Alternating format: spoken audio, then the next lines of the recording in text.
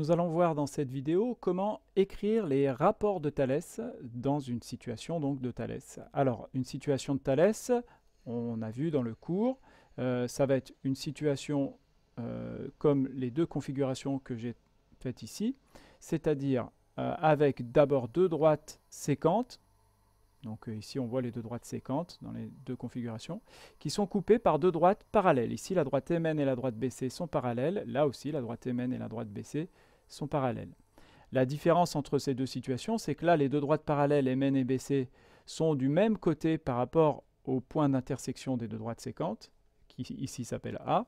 Et là aussi le point d'intersection des deux droites séquentes il s'appelle A, mais là la droite MN et la droite BC ne sont pas du même côté par rapport au point A d'intersection de ces deux droites.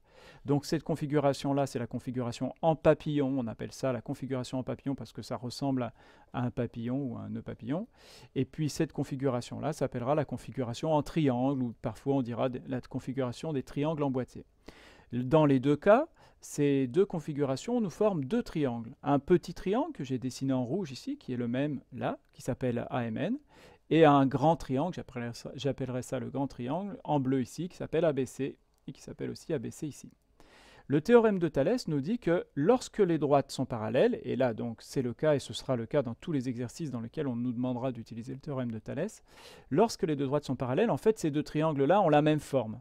Ils ont la même forme, ça veut donc dire qu'il y en a juste un qui est plus petit que l'autre, ça veut donc dire que leurs longueurs sont proportionnelles.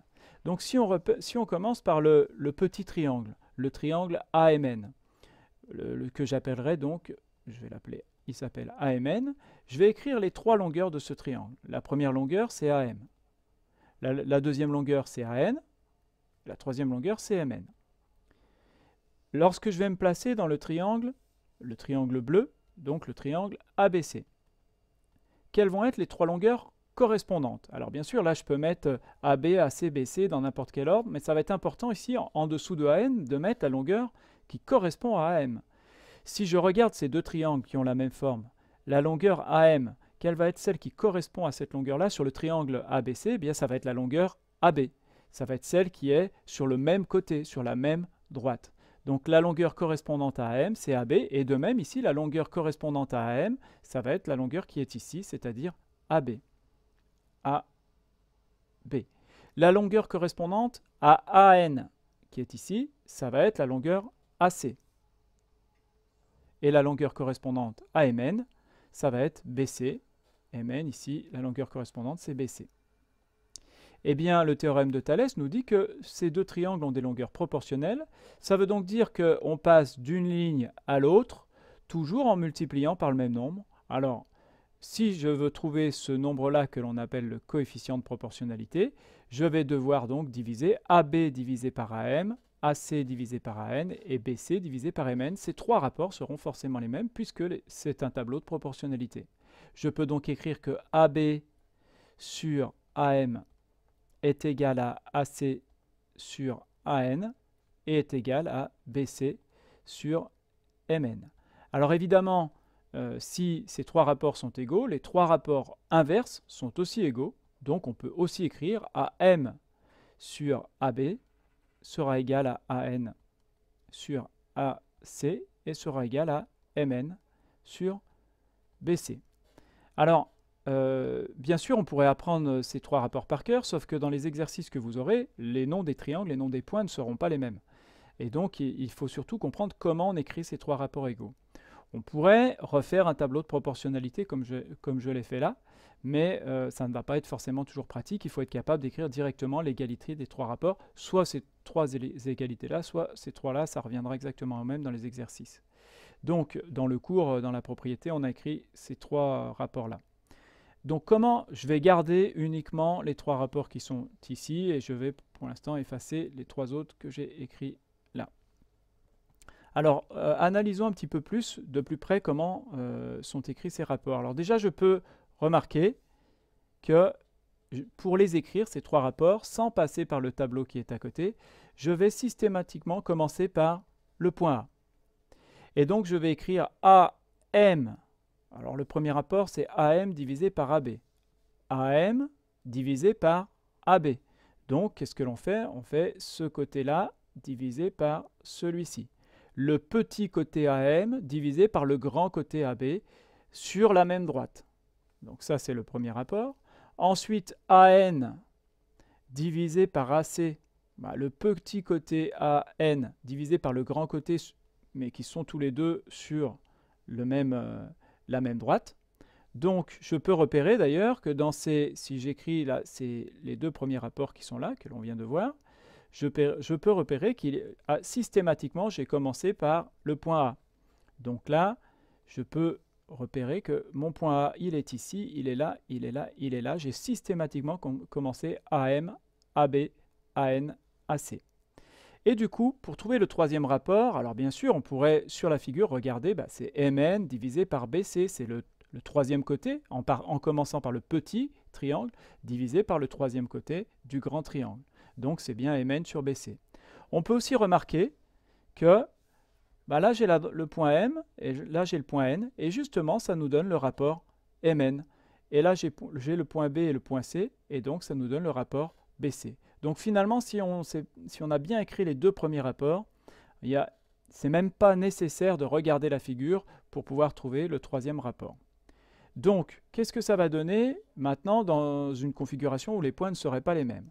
Donc j'ai fait ici une première configuration en triangle, et je suppose donc que les deux droites ici, celle-ci et celle-ci, sont des droites parallèles.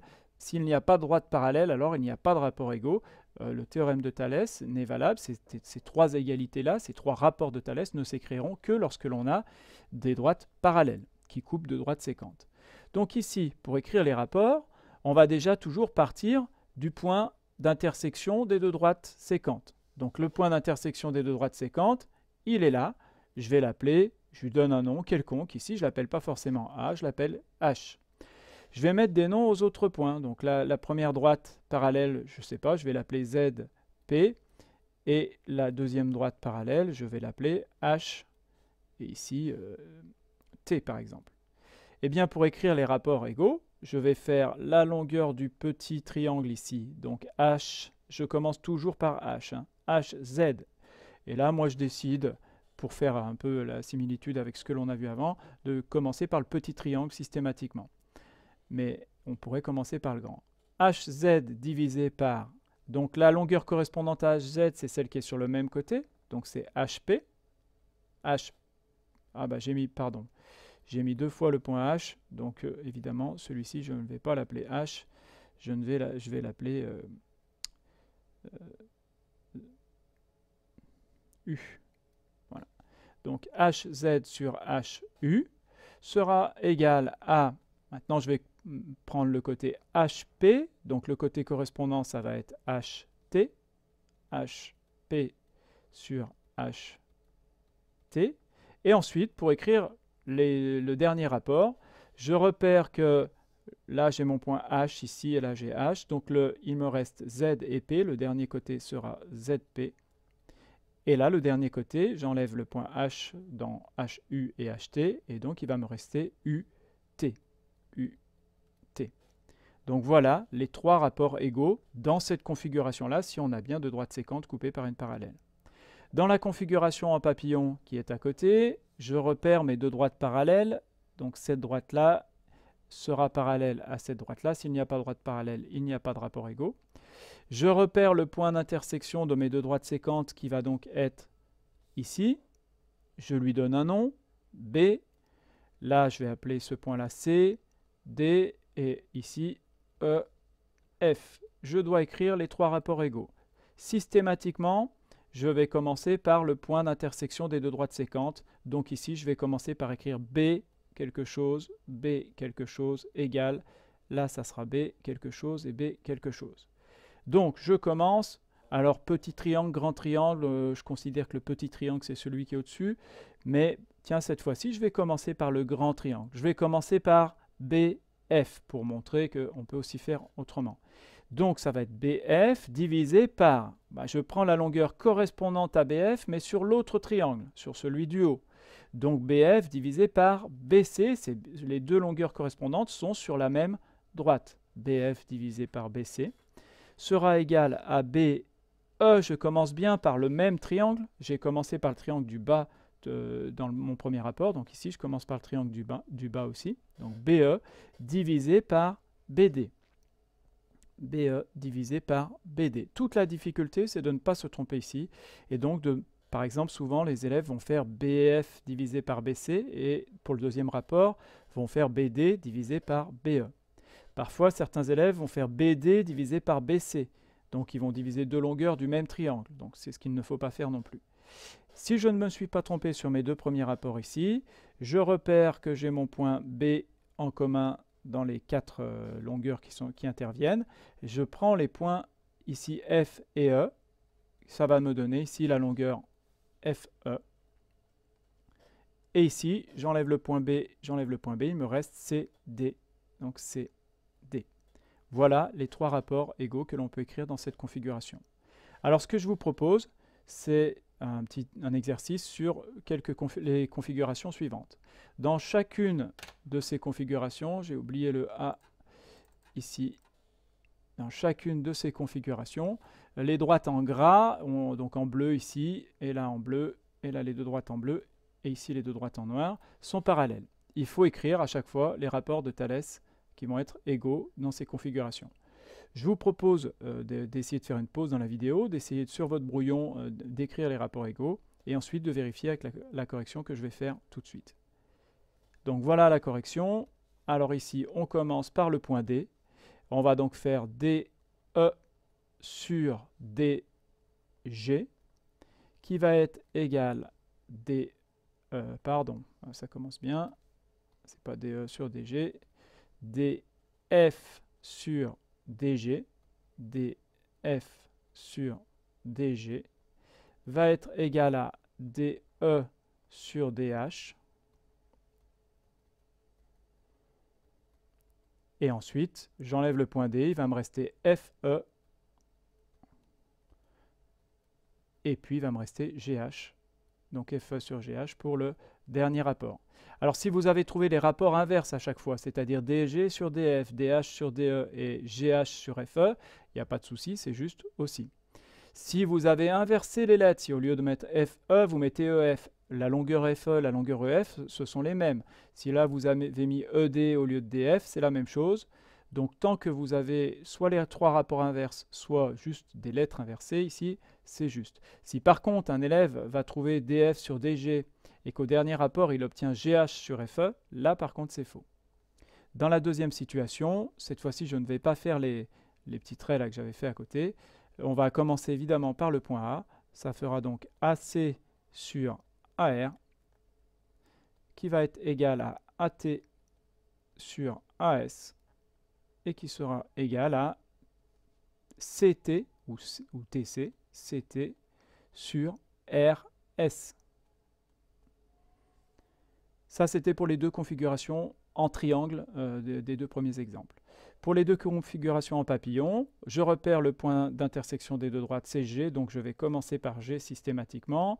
Je vais ici faire GF divisé par GH, petit triangle divisé par grand triangle, est égal à, alors j'ai commencé par le triangle du haut, donc là maintenant ça va être GE, toujours je commence par le même triangle, sur GI, GE sur GI, et enfin, une fois que j'ai écrit les deux premiers rapports correctement, j'enlève la lettre G qui était donc le point commun à ces quatre longueurs. Il me reste FE pour la longueur du numérateur, et ensuite HJ, c'est un J ici, hein. HJ. J'ai mal dessiné mon J.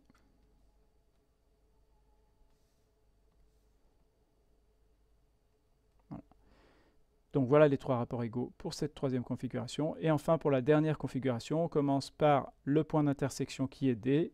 Donc ce sera DC.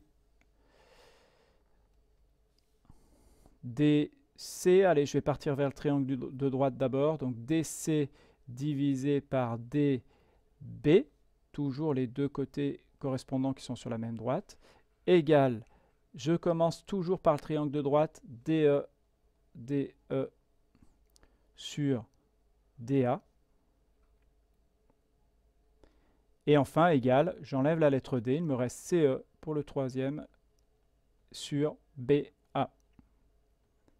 Voilà pour ces rapports égaux. Donc il faut absolument que vous sachiez écrire ces rapports égaux, parce qu'à chaque fois que vous allez utiliser le théorème de Thalès, vous aurez besoin d'écrire ces égalités-là, et si vous vous trompez dans l'égalité, vous aurez les calculs faux systématiquement. On verra dans des vidéos suivantes comment maintenant, après, appliquer le théorème de Thalès pour calculer une longueur dans une des configurations que l'on a ici.